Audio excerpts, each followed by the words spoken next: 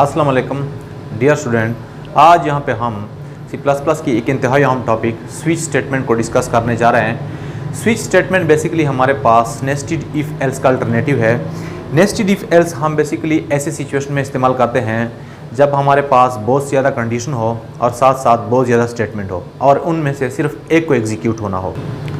तो यहाँ पे आज हम स्विच स्टेटमेंट को डिटेल के साथ देखते हैं और साथ साथ लास्ट में हम इम्पॉर्टेंट MCQs जो कि स्विच के बेस पे पॉसिबल है उसको भी डिस्कस करते हैं। तो चले स्टार्ट करते हैं। यहाँ पे मैंने स्विच स्टेटमेंट का सिंटैक्स लिखा है। फर्स्ट ऑफ ऑल हमारे पास आता है स्विच कीवर्ड, इसके बाद यहाँ पे एक्सप्रेशन, फिर केस कांस्टेंट एक्सप्रेशन 1 या जिसको हम वैल्यू नंबर 1 भी कह सकते हैं। इसके बाद स्टेटमेंट या स्टेटमेंट्स मींस यहाँ पे एक स्टेटमेंट भी पॉसिबल है और एक से ज़्यादा भी।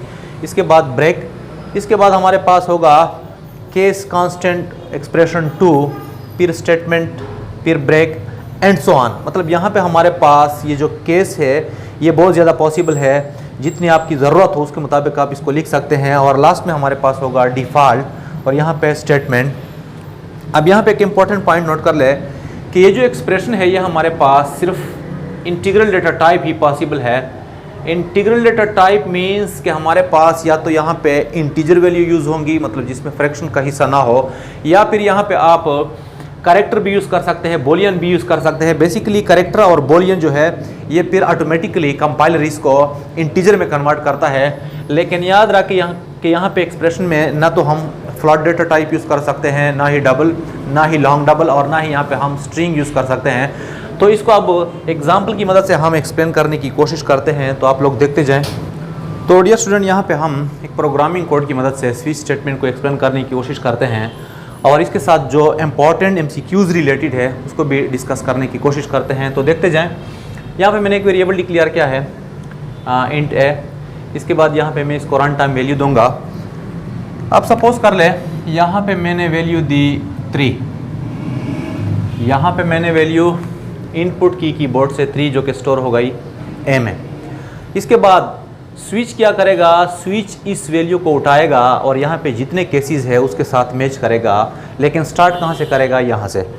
तो फर्स्ट ऑफ ऑल स्विच यहाँ पे जो एक्सप्रेशन है ये वैल्यू चेक होगी इस वैल्यू के साथ, यानी केस फर्स्ट वैल्यू के साथ चेक होगी। अब यहाँ पे मैंने क्या सपोज किया 3, जबकि यहाँ पे हमारे पास वैल्यू है 1। चूँकि 3 और 1 हमारे पास आपस में सेम नहीं है, तो इसी वजह से ये वाला स्टेटमेंट एग्जीक्यूट नहीं होगा और साथ साथ यहाँ पे ब्रेक भी नहीं लगेगा। अब अगेन यही स्विच वैल्यू कंपेयर करेगा इस सेकंड केस वैल्यू के साथ। तो यहाँ पे हमारे पास है 2 और यहाँ पे मैंने वैल्यू सपोज की है 3, तो ये भी हमारे पास मैच नहीं होगा। तो जब मैच नहीं होगा तो ये स्टेटमेंट एग्जीक्यूट नहीं होगा और साथ साथ यहाँ पे ब्रेक भी नहीं लगेगा। इसके बाद यही स्विच ये वैल्यू कंपेयर करेगा केस 3 के साथ। अब चूंकि यहाँ पे मेरे पास वैल्यू है 3 और यहाँ पे हमारे पास a में भी वैल्यू है 3, तो ये आपस में मैच हो रहे हैं। तो मैच होने के बाद ये वाला स्टेटमेंट एग्जीक्यूट होगा और इसके बाद यहाँ पे ब्रेक लगेगा। मतलब ये जो कंट्रोल है ये फिर नीचे नहीं जाएगा बल्कि यहाँ पे स्टॉप हो जाएगा। ये प्रोग्राम बेसिकली हमने पाकिस्तान के जो 4 सूबे है आबादी के लिहाज से उसके लिए लिखा है कि हमारे पास टॉप पे कौन सा है, सेकंड पे कौन सा है एंड सो ऑन। अब चूंकि प्रोग्राम थोड़ा लेंदी था इसलिए बाकी हिस्सा मैंने यहाँ पे लिखा है। तो इस प्रोग्राम को रन करने से हमारे पास वैल्यू आ जाएगी KPK। अब इस प्रोग्राम को मैं दोबारा रन करता हूँ और यहाँ पे मैं सपोज करता हूँ कि वैल्यू देता हूँ 5।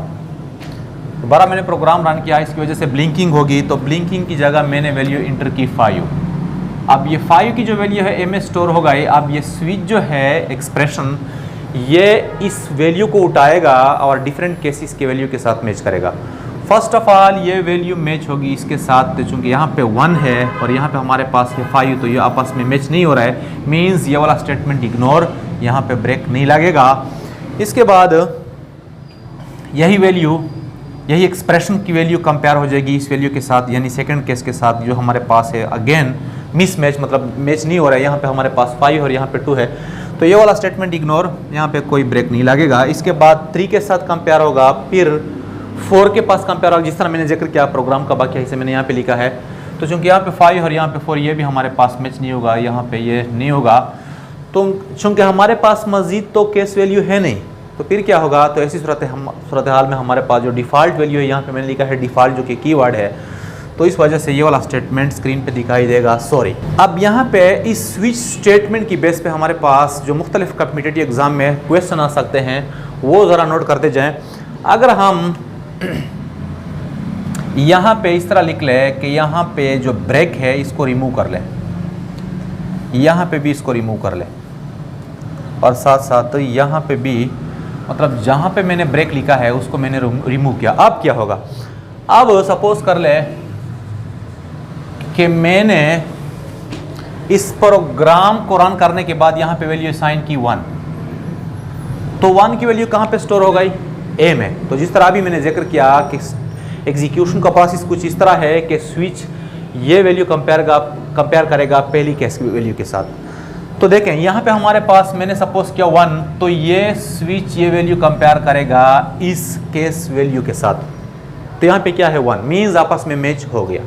अब जब हो गया तो स्क्रीन पे डिस्प्ले क्या होगा, तो पॉइंट ज़रा नोट कर ले, जब यहाँ पे इस केस के साथ ये वैल्यू मैच हो जाती है तो इसके बाद हमारे पास ये वाला स्टेटमेंट एग्जीक्यूट होगा, लेकिन चूंकि यहाँ पे कोई ब्रेक नहीं है, यहाँ पे कोई ब्रेक नहीं है, इस वजह से ये वाला स्टेटमेंट भी हमारे पास एग्जीक्यूट होगा, ये वाला भी एग्जीक्यूट होगा, और साथ साथ ये वाला भी एग्जीक्यूट होगा। मीन्स कि जब हमारे पास कोई ब्रेक ना हो स्विच में, तो इसको हम कहते हैं लॉजिकल एरर। लॉजिकल एरर फिर हमारे पास प्रोग्राम रन होता है लेकिन वो आपके तवक्कुआत के मुताबिक रिजल्ट नहीं देता। तो जब हम यहाँ पे ब्रेक नहीं डालते, तो जब हमारे पास पहली वाली वैल्यू मैच हो जाती है तो सब के सब स्टेटमेंट हमारे पास एग्जीक्यूट होंगे, और इस तरह हमारे पास स्क्रीन पर रिजल्ट दिखाई देगा Punjab, Sindh, KPK and so on.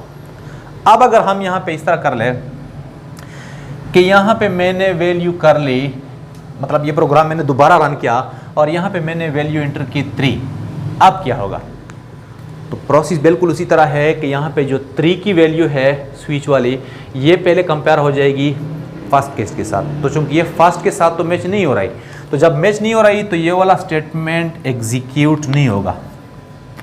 Again point note कर ले, यहाँ पे मैंने वैल्यू एंटर की 3, स्विच कंपेयर करेगा इसके साथ, यहाँ पे कंपेयर नहीं हुआ तो ये वाला स्टेटमेंट एग्जीक्यूट नहीं हुआ। इसके बाद यही वैल्यू कंपेयर होगी 2 के साथ, ये भी हमारे पास क्या हो रहा है, ये भी हमारे पास मैच नहीं हो रहा, तो ये वाला स्टेटमेंट भी एग्जीक्यूट नहीं होगा। इसके बाद यहाँ पे हमारे पास 3 के साथ ये जो स्विच की वैल्यू है इसके साथ मैच हो रही है 3 के साथ, तो जब यहाँ पे वो मैच कर जाती है तो ये वाला स्टेटमेंट एग्जीक्यूट होगा। इसके बाद जितने भी हमारे पास नीचे स्टेटमेंट है जहाँ पे ब्रेक का नहीं है, कीवर्ड यूज़ नहीं हुआ है, तो वो भी ऑटोमेटिकली एग्जीक्यूट होंगे। तो अब यहाँ पे 3 की वजह से हमारे पास ये वाला स्टेटमेंट भी एग्जीक्यूट होगा। अब चूंकि यहाँ पे ब्रेक नहीं है तो इस वजह से केस के बगैर ही ये वाला स्टेटमेंट भी एग्जीक्यूट होगा, एंड सो ऑन। मतलब जहाँ पे भी हमारे पास ब्रेक नहीं होगा, बाकी जितने भी हमारे पास इस स्टेटमेंट के बाद स्टेटमेंट होंगे सब के सब एग्जीक्यूट होंगे। अगेन पॉइंट नोट कर ले, अगर हम इस तरह कर ले कि यहाँ पे हम किसी मखसूस जगह पे ब्रेक डालें, मतलब यहाँ पे मैंने लिखा ब्रेक और बाकी केस के बाद स्टेटमेंट के बाद हमने कहीं पे भी ब्रेक नहीं लिखा, अब क्या होगा, अब ये प्रोग्राम में दोबारा रन करता हूँ तो अगर यही 3 की वैल्यू में एंटर कर लूँ तो पहले इसके साथ कंपेयर करेगा, नो मैच, तो ये वाला एग्जीक्यूट नहीं होगा, इसके बाद ये वाला एग्जीक्यूट नहीं होगा, 3 के बाद ये वाला एग्जीक्यूट होगा। अब चूंकि इसके बाद ब्रेक नहीं है तो केस 4 भी ऑटोमेटिकली एग्जीक्यूट होगा, एंड सो ऑन। मतलब अच्छा, अगर यहां पे अब मैं ब्रेक डालूं और यहां पे मैं इसको रिमूव कर लूं और यहां पे मैं वेरिएबल को वैल्यू असाइन कर लूं 1, तो अब क्या होगा, यहां पे मैंने वैल्यू असाइन की 1 किस चीज़ को, ए वेरिएबल को, तो वही प्रोसेस कि फर्स्ट ऑफ ऑल ये इसके साथ मैच करेगा। तो चूंकि यहाँ पे मैच हो रहा है इसके बाद ये वाला स्टेटमेंट एग्जीक्यूट होगा। अब चूंकि यहाँ पे ब्रेक है, बाकी स्टेटमेंट के बाद ब्रेक नहीं है, लेकिन चूंकि इस स्टेटमेंट के कंपेयर होने के बाद ये वाला स्टेटमेंट एग्जीक्यूट हुआ और यहाँ पे ब्रेक है, तो ये फिर हमारे पास रिजल्ट सिर्फ आ जाएगा यहाँ पे पंजाब।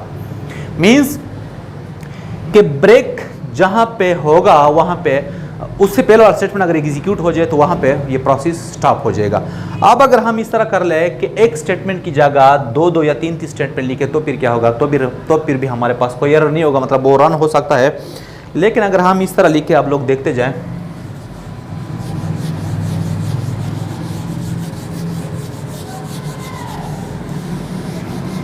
यहाँ पे मैंने लिख लिया केस वैल्यू 1, यहाँ पे मैंने लिख लिया केस वैल्यू 2, यहाँ पे मैंने लिख लिया केस वैल्यू 3। याद रखें कि यहाँ पे जो एक्सप्रेशन की वैल्यू है, याद रखें कि यहाँ पे जो केस की वैल्यू है लाजमी नहीं है कि आप इसको असेंडिंग या डिसेंडिंग ऑर्डर में लिख रहे हैं, बल्कि आप अपनी मर्जी के मुताबिक किसी तरह भी लिख सकते हैं। यहाँ पे मैंने लिख लिया केस 3 और यहाँ पे मैंने लिख लिया सी आउट इस तरह